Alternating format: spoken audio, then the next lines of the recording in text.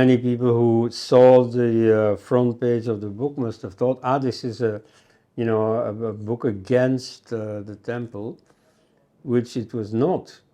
You see, it drew attention to the case against the temple. Namely, until then, everybody knew that there was a case for the temple, which of course the media tried to portray as spurious and a Hindutva concoction and so on, but nevertheless they knew that there existed arguments in favor of the temple. Now, there were no arguments against the temple. You see, some of the eminent historians have told me afterwards, yeah, but we didn't need to give arguments because we didn't claim anything had happened. They claimed that there had been a temple demolition and, Islamic campaign of iconoclasm and so on. We said it was not there. And you can't prove a negative. You don't have to prove a negative. That's not entirely true because at any rate something happened. You see, this masjid was not produced like automatically.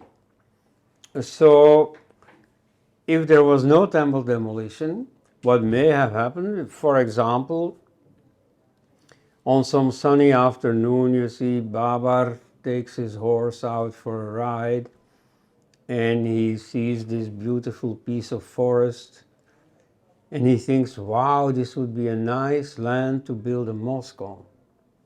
And so he finds out, who the owner of this piece of land is, and he buys it, he draws up a sales contract. You see, this piece of forest is sold to Mr. Babar for so many rupees, with the purpose of building a mosque on it. Now, that would have been proof that there had not been a temple there. Unfortunately for the people who believe there was no temple there, such a document has not been found. This is still possible. You see, suppose that this document, landed in some courthouse which innocently, was burned down because of a lightning struck or something. And then maybe, that document had disappeared. Okay, maybe. But the more important thing is that no attempt was made to find this document. You see, there's no historian who has said, yeah, I've been looking for this document, but unfortunately it had disappeared. No, nobody has been looking for this document or for any other proof for some innocent scenario. Why not? Well, the secularists were so confident, they didn't think they needed to prove anything. You see, they thought, we are the party of rationality, of science, of modernity, and they are a superstitious bunch. We don't have to take them into account.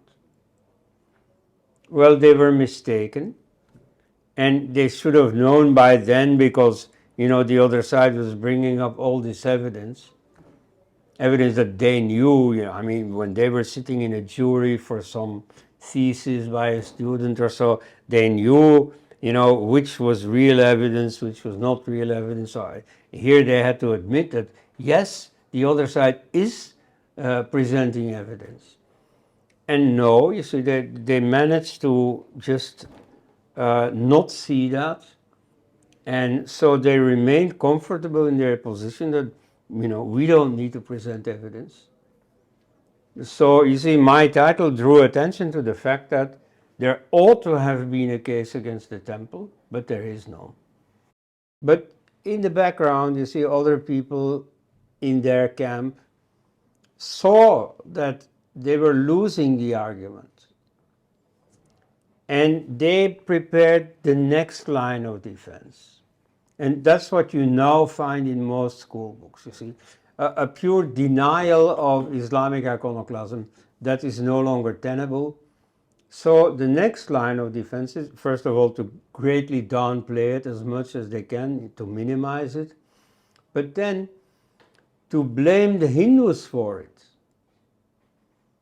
And so that is still very much in the school books. You see, after 10 years of BJP rule, that's absolutely being taught to children in India today.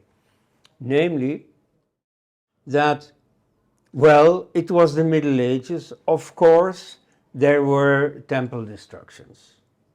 Now, that's not true. In ancient Rome, for example, or in ancient India, there were no temple destructions. That was even older than the Middle Ages. You know, it's not because of the Middle Ages that there were temple destructions. No, in the Middle Ages, much of the world was divided between Christianity and Islam, and they practiced temple destructions. Or, you know, the forced conversion of temples into churches or mosques. And so Hinduism even then was not to blame for this. Secondly, an American self-described Marxist historian, Richard Eaton, came up with an idea that then has been taken over by the Indian secularists. Because, of course, this you have to give them.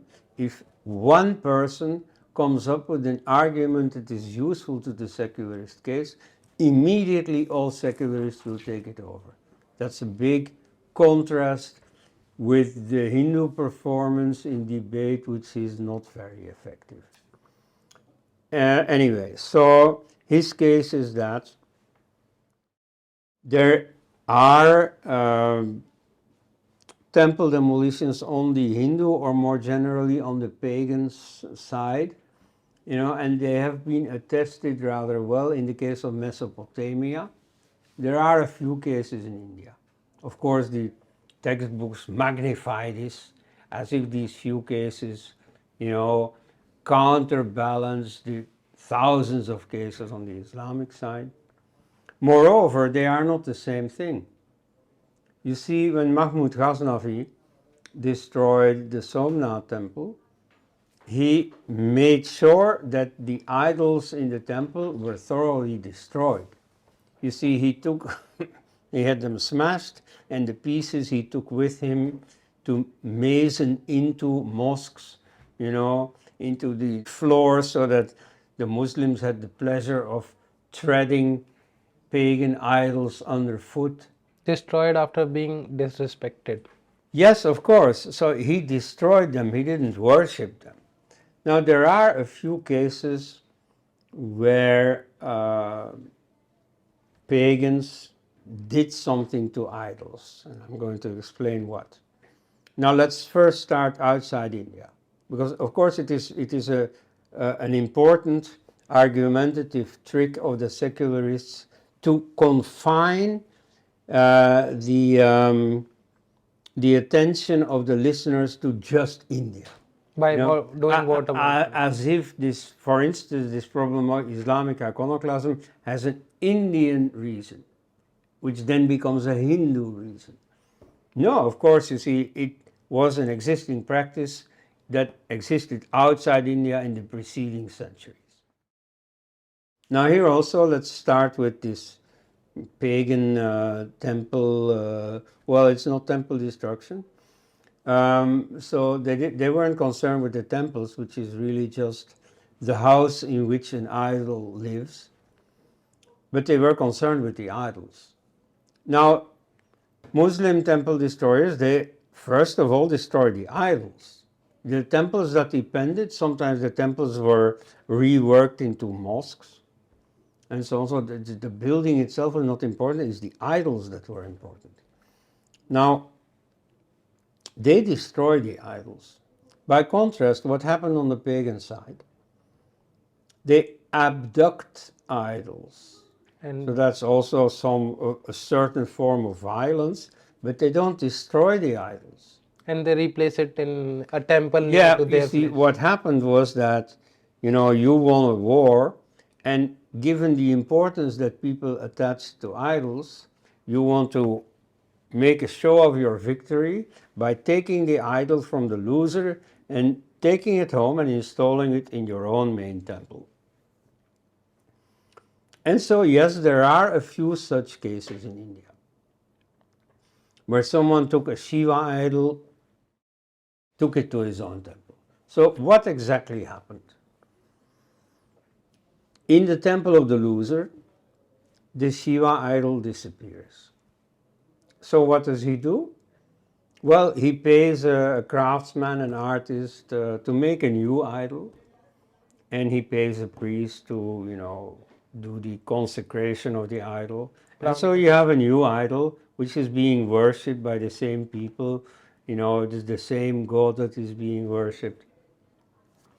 Meanwhile, the winner takes the idol to his own temple, where again he has his priest consecrate the idol, and so the worship of the idol continues, now not in that place, but in that place. And so the religion is not affected at all. The only thing that changed hands is a material object, the idol, nothing else. Now, by contrast, when the Muslims deal with these idols, they destroy them. Because after all, it's not so much the temples, it is a little bit more the idols, but it's ultimately not just the idols that they want to destroy. They want to destroy the religion of the loser. So in this case, they want to destroy the Hindu religion. And so these Hindu idols, are instrumental in the larger project of destroying the Hindu religion. By contrast, these Hindu kings who abducted idols, they of course were not destroying their own religion. That's a big difference. We come to the worship of Rama, respectively also of Krishna. She's also written a book about Mathura. And you can see that they were worshipped already before Christ. I mean, there has been an attempt by the secularist historians to say that Rama worship is only late medieval. No, it's much older. And so at some point you get buildings on that same site that clearly are no longer human habitation, that have a public function, namely religious. Then we come to the second question, what happened in the Middle Ages? So there was a temple building at the site in the 11th century that disappeared. Now in 1030, Salar Massoud Ghaznavi, the nephew of Mahmud Ghaznavi, conquered this area. Not for long, because 3 years later he was defeated by a Hindu alliance with Raja Suheldev and featuring also Raja Bhoja, the famous philosopher king. The Muslim invader problem was solved suddenly. And so they could start rebuilding their temple. I mean, the Ghaznavis were famous for temple demolition. This temple disappeared. Now here we have no writing, no document about it. Here we simply connect the dots. You see, Islamic conquest, temple disappeared. Is there a connection? Well, judging by the Islamic writers, yes, there was a connection. Now, then a large temple was rebuilt. This was a Rajput dynasty, so they always speak about the Rajput temple. And so they built it really in style. They said, okay, our temple has been destroyed. Now let's, rebuild it and make it better than it was. So that is the temple of which the foundations have been found by B. Bilal and K.K. Muhammad and so on. That temple was also destroyed. Now, when did that happen? So here we are busy with our second question, what happened in the Middle Ages? Now this is the difficult point, and here I am in debate with the other historians. You see, the Vishwa Hindu Parishad case, supported by many historians, is that temple is the one destroyed by Babar. Now, Syed Shahabuddin, the Muslim leader at the time, said this is impossible. At least if your story is true, you claim that Muslim kings practiced temple demolition, then how come Muhammad Ghori and his lieutenants conquered the area in 1192-94, then founded the Delhi Sultanate, 1206 to 1525, actually established a provincial capital in Ayodhya. So there was a garrison there, and you see all these powerful Muslims were looking at a big Hindu temple after they had demolished all Hindu temples all the way to Bengal. You see the Nalanda University, all the temples in Benares, and so they destroyed them all. And yet, strangely, they would leave this big idol temple intact. And even in Ayodhya, they destroyed, you see, there were 5 giant temples for 5 Tirthankaras. There were Buddhist establishments. There were all kinds of idol worship. So, and they destroyed many of these temples. And so this Rama temple, they would have left standing. So Syed Shahabuddin, he may be of the opposite party, but nevertheless here he was right. He says, you see, that is not logical. Either there was an Islamic doctrine of iconoclasm, and the temple was destroyed in 1194 by Shah Zuran Ghori, who took that part of the conquest, or the temple survived all through the Sultanate period, but in that case it's not true that Islamic conquerors practiced iconoclasm.